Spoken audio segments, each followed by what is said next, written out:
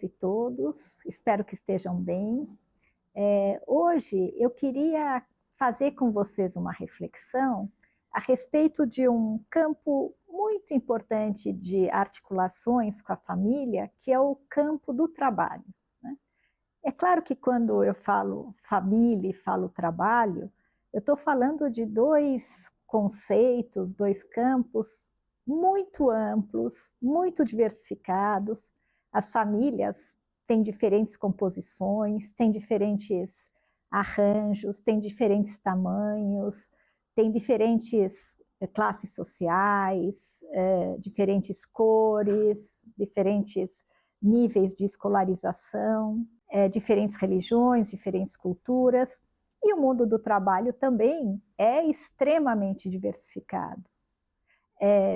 Evidentemente que o trabalho sempre existiu e é até difícil a gente falar em campos separados, né? Como se houvesse um campo do trabalho separado do campo da família, né? É claro que o campo do trabalho é um campo por si só, com questões próprias, com temáticas próprias, com desenvolvimentos próprios, mas quando a gente fala em família, é impossível dissociar a família, a vida de uma família, da vida de trabalho, né? Até porque desde sempre o trabalho foi necessário para a sobrevivência da família, né? Ainda se a gente pensar em sociedades ditas, né, mais primitivas, digamos assim, do ponto de vista tecnológico, econômico, o trabalho da coleta, o trabalho da caça, sempre foi necessário para trazer os proventos, o alimento para a família, né, para a sobrevivência da família. Então, é óbvia a ligação entre sobrevivência e trabalho. Então, é um tema amplo, complexo, e claro que a gente vai falar de maneira sempre parcial, sempre um recorte dessa questão, mas que, sem dúvida, é importante, porque as famílias são profundamente atravessadas pelas dimensões do trabalho, pelos trabalhos dos seus membros ou pela falta de trabalho. E toda essa relação pode ser, claro, e é muito benéfica e garantir a sobrevivência e o crescimento, né, da família como um todo e de seus membros, mas pode ser uma relação extremamente tensa, né, em situações de crise, em situação de perda do trabalho. E é um pouco sobre isso que eu gostaria de falar aqui. Eu vou situar a minha reflexão principalmente no período do século XX e até esse momento atual que nós estamos vivendo, porque eu acho muito interessante as questões que ele coloca esse período quando a gente pensa em termos de família e das experiências de trabalho. Então, acho que é importante levar em consideração, e aí eu estou pensando num cenário brasileiro, que o trabalho, as formas do trabalho sempre foram muito diversificadas e mudaram muito ao longo desse período, ao longo do século XX e início do século XXI.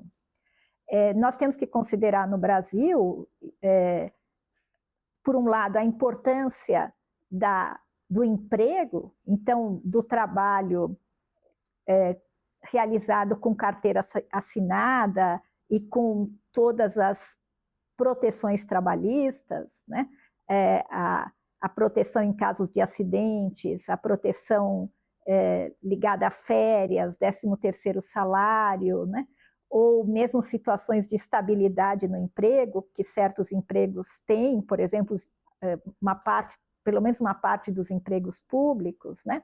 Mas nós também temos que considerar, né, sempre houve no Brasil uma parcela enorme da população em situações de trabalho informal, né? E, portanto, sem qualquer tipo de proteção advinda, né, do campo das leis do trabalho.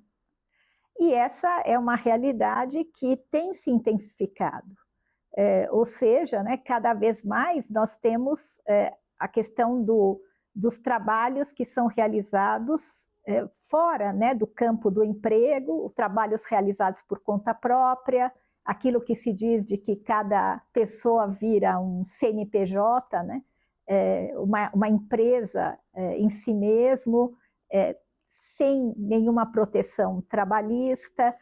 Então, numa relação empresarial entre essa pessoa e a outra pessoa ou a empresa para a qual ela presta serviços, houve uma diversificação enorme, né, das formas de trabalho e um certo estímulo, um culto, né, aquilo que se chama do empreendedorismo individual, ou seja, essa ideia de que cabe ao cidadão, né, cabe ao trabalhador encontrar as suas formas de trabalho, construir esse trabalho e vender esse trabalho no mercado e assumir todos os ônus e responsabilidades por eles. Cada uma dessas situações implica em um conjunto de ansiedades, implica numa forma também de se inserir no tempo, não é?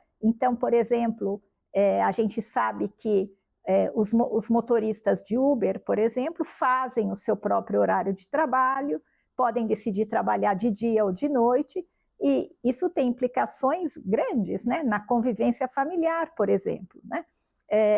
Aliás, várias das formas de trabalho explodiram também com a questão do tempo, né? Essa divisão entre o tempo do trabalho e o tempo do lazer ou o tempo do descanso, né? Hoje em dia, também em função das tecnologias de que nós dispomos, da internet, do próprio celular, que é uma ferramenta de trabalho, também as pessoas trabalham o tempo todo, né? Acabou isso de dia de trabalho, noite de descanso, fim de semana, as redes internacionais, pessoas que trabalham se conectando com outros lugares, não é? E tudo isso, né, como eu disse, impacta profundamente a vida familiar, a possibilidade de momentos de encontro na família, seja durante a semana ou fim de semana. Então, é um universo realmente muito complexo e desafiador para a gente tratar, né? Mas eu queria tratar de alguns aspectos que eu acho que são relevantes quando a gente pensa nas mudanças que ocorreram, tanto na família quanto no mercado de trabalho, principalmente ao longo do século XX, né? E eu acho que uma mudança muito notável nesse sentido, muito importante, eu acho que na sociedade ocidental como um todo, mas eu estou me centrando no Brasil, é a questão da entrada da mulher no mercado de trabalho, né? Então, o século XX assistiu um processo de transição, de transformação, não é? De uma forma de organização da família, né, com papéis mais pré-determinados, mais estabelecidos, e a gente poderia dizer mais rígidos, né? Uma espécie de normatividade de papéis familiares, de que ao homem, né, caberia ser o provedor da casa, aquele que traz o sustento, né, material, ele é também o detentor, né, ou era o detentor do patrimônio, né, é o responsável pela construção do patrimônio, pela gestão, administração do patrimônio, enquanto que a mulher caberia as atividades domésticas, né? Então, o chefe da família é o homem, a dona de casa é a mulher. Ela, então, a ela caberia gerir, né, os proventos que são colocados na casa, né, que são destinados a isso, né, não gerir o patrimônio, mas gerir o dinheiro que vem para a manutenção da casa, né? Cabe a ela gerir o funcionamento da casa, o bom funcionamento da casa, a alimentação, a limpeza e etc., né? E principalmente também o cuidado com as crianças, né? E dependendo da classe social e do tipo de inserção social da mulher, também ela é a responsável pelas atividades sociais dessa família, reuniões ou festas e etc., né? É claro que quando eu estou fazendo essa descrição, eu estou falando de uma família, das famílias, vamos dizer assim, de classe média, né? Principalmente das famílias de classe média, das famílias de classe alta, né? Porque no Brasil as mulheres pobres sempre trabalharam, né? Em vídeo anterior a gente já falou sobre a enorme proporção de chefias femininas no Brasil, e é uma característica importante das famílias pobres no Brasil, elas serem chefiadas por mulheres. E grande parte das vezes sem um companheiro, um parceiro estável na casa com quem ela possa contar. É claro que nessas situações, então, essa mulher, ela precisa trabalhar, porque o trabalho é a garantia da vida dela e da vida dos seus filhos, né? E então essa mulher, ela sempre trabalhou, né? Então a gente, por exemplo, pode pensar no alto número de mulheres que trabalham ou trabalharam como empregadas domésticas no Brasil, ou fazendo bicos, né? Uma boa parte é um trabalho feito na informalidade, né? Então sem proteção, sem carteira assinada, fazendo bicos. E agora é evidente que para poder realizar esse trabalho fora de casa, tendo filhos, tendo crianças em casa, ela tem que contar com outras mulheres, né? Então, é a partir dessa situação também que se criam outras dinâmicas do cuidado doméstico e do cuidado com os filhos, da criação dos filhos, né? Então, é muito comum também, sempre foi, né? Essa constituição de redes de mulheres, né? Familiares ou não familiares, às vezes são madrinhas, às vezes são amigas, às vezes são vizinhas, que de alguma maneira participam nesses cuidados para que a mulher também possa trabalhar fora de casa. Então ela trabalha fora, pode ser que a avó, a mãe dela, fica com as crianças em casa, elas podem morar junto, às vezes é um quintal, às vezes é um puxado, às vezes é em cima da laje, né? E a avó dá o almoço, por exemplo, prepara para ir para a escola, mas pode ser que seja uma tia que leva as crianças para a escola, ou uma irmã da mãe, para quem a mãe paga alguma coisa para ela levar e trazer para a escola, ou levar num centro de saúde, não é? Então, é toda uma rede que se constitui para que possa se dar conta, vamos dizer assim, dessas relações entre família e trabalho, né? Então, quando eu estou falando da entrada da mulher no mercado de trabalho, eu estou principalmente pensando na mulher de classe média, né? Que no decorrer do século XX vai deixar esse lugar, né, mais tradicional, né, esse papel de gênero mais tradicional da dona de casa, né? E, de fato, aqueles e aquelas que podem ouvir as suas avós, as suas mães, por exemplo, sabem como as escolas, nesse período, tendiam muito mais a preparar a mulher para as funções da dona de casa, né? Então, aulas de culinária, aulas de bordado, aulas de etiqueta social, né? São disciplinas que me parece muito mais difícil hoje encontrar nas escolas, né? Porque, de alguma maneira, a educação também acompanha esses processos de transformação. E, paulatinamente, né, a mulher vai se preparando para entrar nas faculdades, né? Das primeiras décadas do século XX, vários cursos de universidades importantes, por exemplo, em São Paulo, na Universidade de São Paulo, as primeiras mulheres entraram nos anos 30 ou entraram nos anos 40 do século XX, né? Eram poucas mulheres numa classe cheia de homens, né? Mas isso tendeu a crescer, né, cada vez mais ao longo do século XX, e a faculdade, evidentemente, né, funciona como uma preparação para o mercado de trabalho, né? É claro que há muitos fatores, né, envolvidos nessa transformação do lugar da mulher na sociedade? Fatores que são de ordem econômica, né? Por exemplo, diversos autores mostram como no período das duas grandes guerras, uma vez que os homens foram para os campos de batalha, as mulheres foram convocadas para trabalhar mais nas indústrias, né? nas linhas de montagem, nos diversos trabalhos antes ocupados por homens, mas que precisavam, né, nas cidades, serem desempenhados pelas mulheres, né?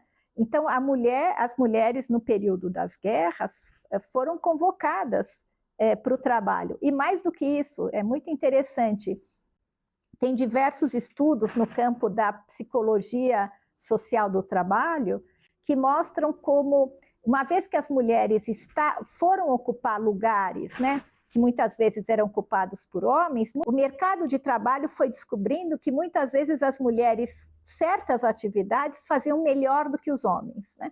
Por exemplo, havia certos trabalhos que envolviam atividades mais finas ou de cuidado, de um certo detalhe, etc., né? Que as mulheres faziam melhor porque talvez elas tinham uma educação mais voltada para esse tipo de habilidade manual, por exemplo. O mercado de trabalho também descobre a mulher como um potencial de trabalho. E é muito interessante também porque, além disso, interessante, mas terrível, né? O mercado as indústrias começam a empregar a mulher e pagando para ela menos do que pagavam para os homens na mesma ocupação, né? Eu usei a palavra interessante, não tem nada de interessante nisso, mas é um dado desde sempre, né? Em que o trabalho feminino foi sempre mais desvalorizado do que o trabalho masculino, né? Uma tendência que está presente até hoje, né? Nós tivemos recentemente um decreto do presidente Lula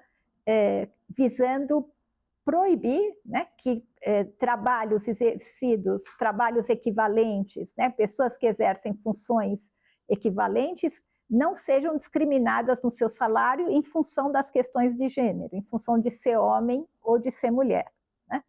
E claro que a questão do modo como o mercado de trabalho lida com a mulher é uma questão extremamente complexa também, né? Então, a mulher ela tem que enfrentar situações que os homens não enfrentam, né?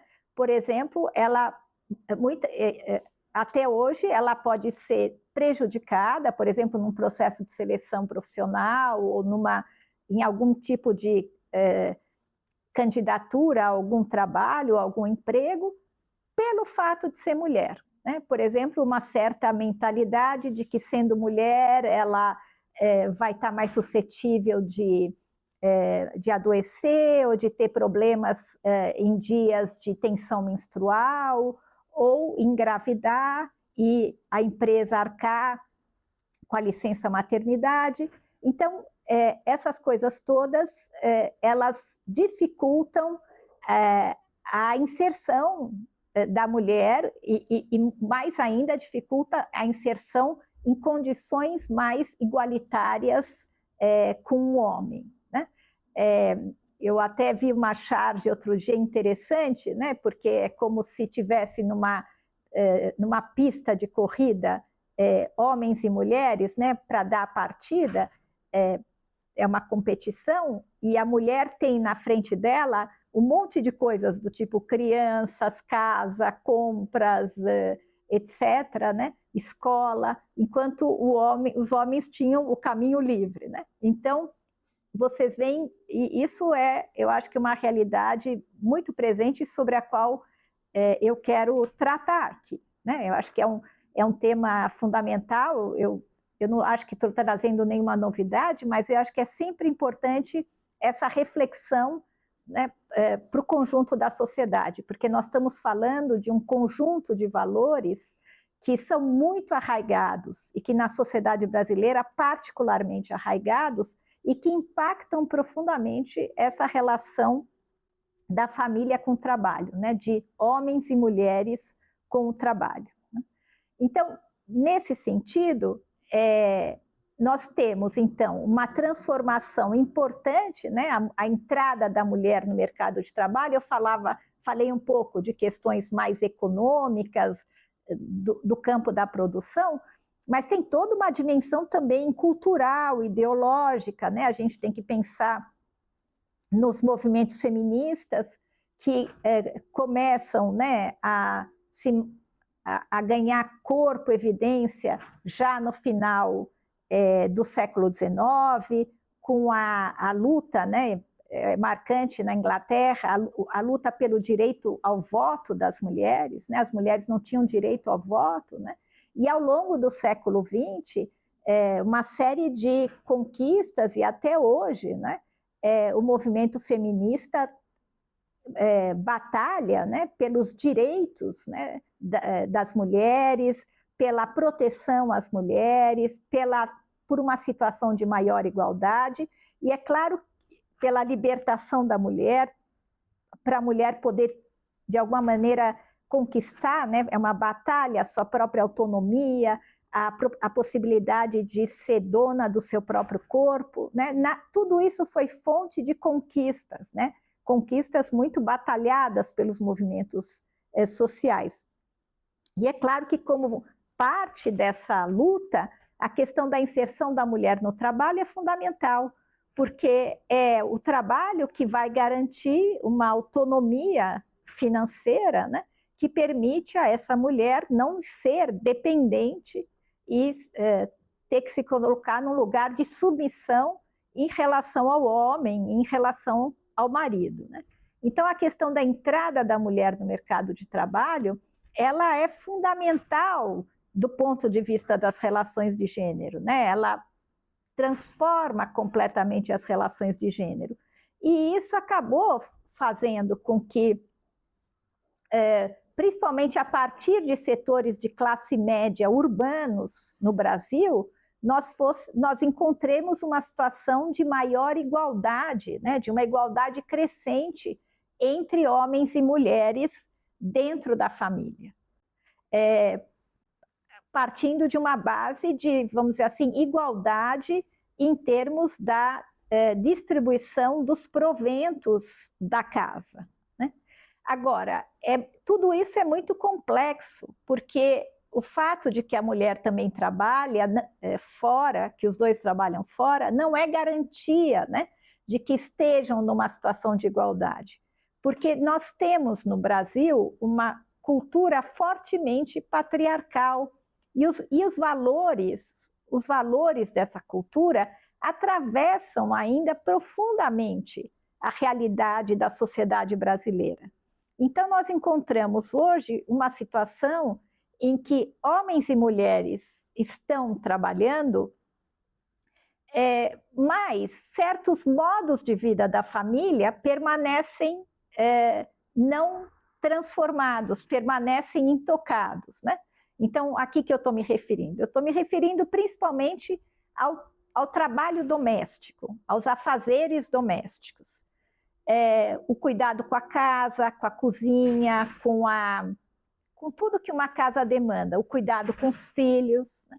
Então, em uma boa parte da nossa sociedade, todos esses afazeres domésticos ainda são vistos como coisas de mulheres, né? Que as mulheres devem fazer. E que, então, isso tem um impacto muito concreto na vida das famílias, na vida de homens e mulheres.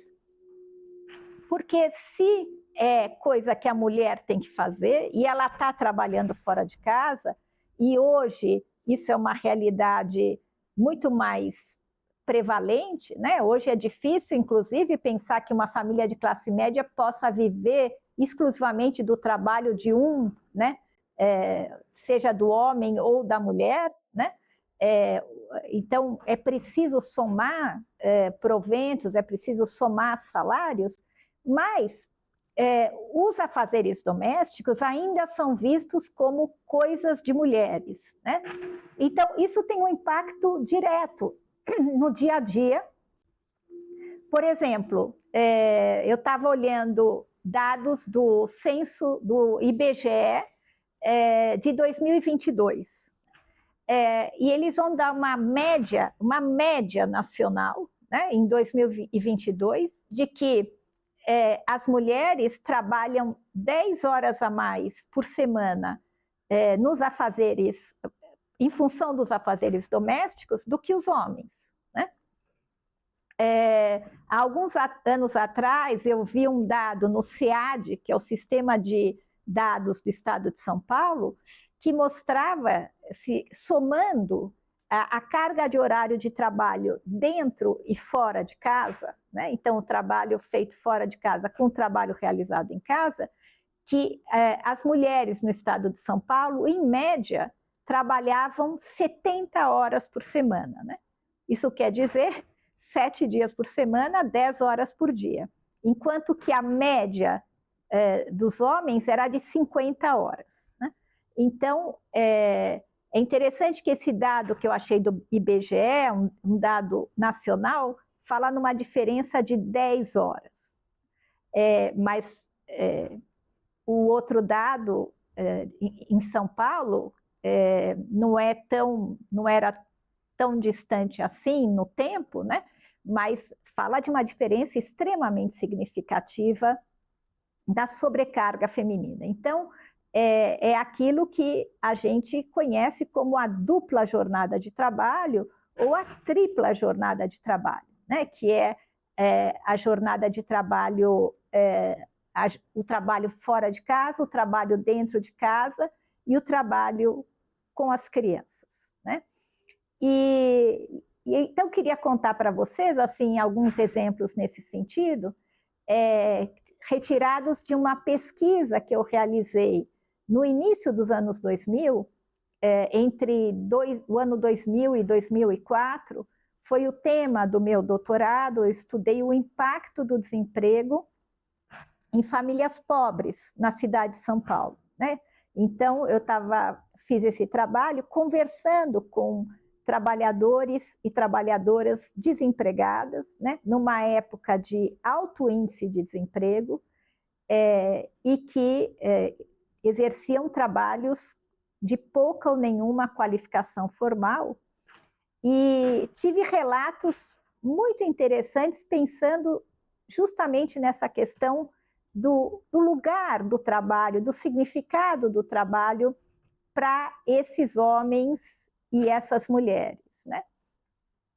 Então, é muito interessante, por exemplo, certas situações em que o homem fica desempregado, e a gente pode ver como é que se dá essa questão do lugar dele na família e da relação com a mulher, e como é que isso é vivido vamos dizer, na rotina doméstica, né? Então, eu queria dar 2 exemplos nesse sentido.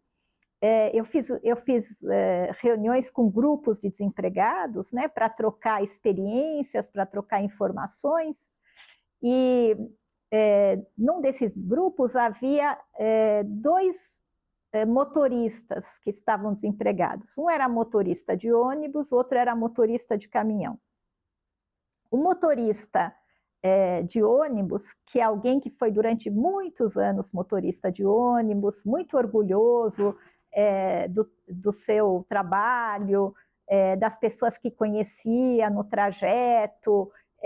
O ônibus dele tinha equipamento para pessoas com problemas, né, algum tipo de necessidade especial para subir no ônibus, e ele atendia assim, com muito, enfim, falando com muito cuidado e amor pelo seu trabalho. Ele perdeu o emprego, não sei por qual motivo, e ele disse que chegou em casa, a mulher era auxiliar de enfermagem, ela era cuidadora, cuidava de pessoas doentes, né, em domicílios, e ele disse que ela disse para ele: você trabalhou a vida inteira, talvez eu possa agora aumentar meu número de horas de trabalho e você fica em casa. Eles tinham uma filha adolescente, você fica em casa e cuida da casa, cuida das coisas da casa, pode cozinhar e tal. Então ele contou que, então ele, né, esse trabalhador assim bem tradicional, tal, ele começou a ficar em casa, começou a assistir programas de culinária, se interessou pela cozinha, pela culinária, e descobriu aí uma área de prazer e contou que fez um dia uma refeição para a mulher convidar as amigas e etc. Né? Então, ele se descobriu na cozinha. Então, né, houve uma situação em que havia uma certa flexibilidade dos papéis de gênero, né, que permitiu que eles, de alguma maneira, pudessem negociar e ele pudesse se ver acolhido dentro de casa, né, pela mulher e rever a forma como eles estavam trabalhando nessa relação entre os cuidados da casa e os cuidados e as necessidades de trabalho. Né?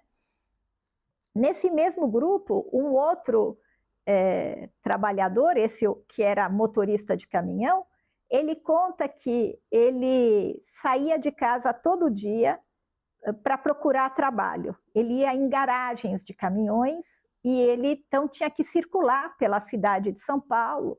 Ele contava que ele ia num bairro atrás do outro, né? Como eu disse, era uma época de alto índice de desemprego, de filas e filas de desempregados, né? Em portas de fábricas, nos centros de busca de emprego, e ele voltava para casa sem nada. Ele disse que um dia ele saiu novamente para procurar trabalho e estava chovendo, ele resolveu não andar mais e ele resolveu voltar para casa. E ele, então, estando em casa, ele achou que ele podia ajudar a mulher na cozinha, né? Então ele se aproximou e quis lavar uma louça e que a mulher teria dito para ele: Xô, sai daqui, aqui não é lugar de homem. Né? E ele então se vê, né, sem trabalho, sem função dentro de casa. Então aí você vê, então, acho que esses dois exemplos são interessantes, né, porque mostram o lugar, né, que o trabalho tem nessas diferentes famílias, essas diferenças, né? E que tem a ver com essa questão do que eu estou chamando de uma flexibilidade dos papéis de gênero, né? Para acolher essas situações. E a mulher desse segundo trabalhador ainda dizia: vai para a rua, está chovendo, pega um guarda-chuva. Né? Então, como se a questão da perda do emprego, né, naquele momento, não fosse um problema estrutural, econômico da sociedade naquele momento, da sociedade brasileira, mas fosse um problema dele. Né? É ele que não é empreendedor o suficiente, ou é ele que é preguiçoso, ou, né, corpo mole, e por isso que está desempregado. Né? Aliás, naquele período, esse era uma questão importante, né? Porque apesar de haver determinações econômicas importantes para o desemprego estar na proporção em que estava, conversando com várias dessas famílias com quem eu conversei, era evidente um discurso que colocava no trabalhador a responsabilidade exclusiva sobre a sua condição de empregado ou desempregado. Então, e eu acho que isso sem dúvida, uma parte de uma ideologia que presente, né, na sociedade, essa ideia de que quem não trabalha, né, é porque não está se empenhando, ou é porque é vagabundo, ou porque tem algum problema psicológico. Né? Então, apesar de haver um desemprego que é estrutural, que independe das pessoas individualmente, eu não estou com isso querendo dizer que não há uma responsabilidade individual de cada um como sujeito, né, nesse sentido, mas não se pode atribuir sempre, né, só a essa responsabilidade a possibilidade de conseguir ou não conseguir trabalho. É claro que quando a gente está pensando em todas essas questões, a questão da participação de homens e mulheres no mercado de trabalho e seus impactos na família, eu acho que é muito importante levar em consideração isso que nós chamamos hoje de interseccionalidade, né? Ou seja, há variações nessa questão ligadas à classe social, atravessadas pelas questões de valores da cultura, né? Há questões importantes ligadas à questão de cor. Então, se quem quiser entrar e dar uma olhada nos dados do IBGE sobre essas questões, relações família e trabalho, nós vamos ver que são as mulheres negras aquelas que têm a maior sobrecarga cotidiana de afazeres domésticos. E é importante também levar em consideração fatores ligados à educação. Os dados mostram também que homens com curso superior completo participam mais dos afazeres domésticos do que os homens com menor educação formal, né? Então, a gente vê também aí a importância da educação nesse sentido, né? E nesse sentido, eu acharia interessante trazer 2 exemplos sobre a participação dos homens nos afazeres domésticos. Um deles é de uma experiência que eu tive na Inglaterra. Eu estive a trabalho numa universidade lá, e eu fiquei na casa de um professor e uma psicóloga, e sábado à noite, esse professor que era na época pró-reitor de uma universidade importante em Londres, estava passando as roupas, né, dizendo que isso cabia a ele, dentro da divisão de tarefas da casa, né?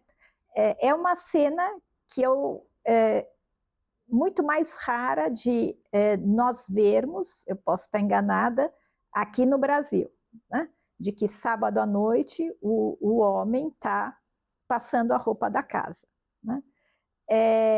Então, eu acho que essa situação da distribuição do trabalho doméstico, dos afazeres domésticos, parece que encontra também não só diversidades regionais no Brasil, mas situações muito diferentes em diferentes países, não é? É claro que aqui no Brasil e em outros países da América Latina, né, de todo o sul global, existe também a presença da trabalhadora doméstica, né, que tende a exercer essas funções, né? Quando, muitas vezes, né, em países do norte, Europa, Estados Unidos, não há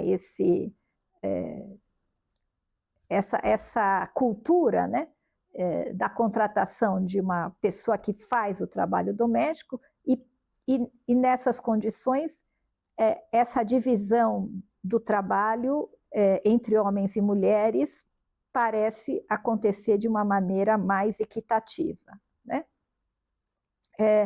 O exemplo que eu pensei também trazer, daí um exemplo brasileiro, e que contrasta com esse exemplo do que eu vi em Londres, é de uma pesquisa de uma professora de psicologia social da Universidade Federal de Santa Catarina, que conversou com homens desempregados, mais ou menos nesse mesmo período, final do século XX, início do século XXI.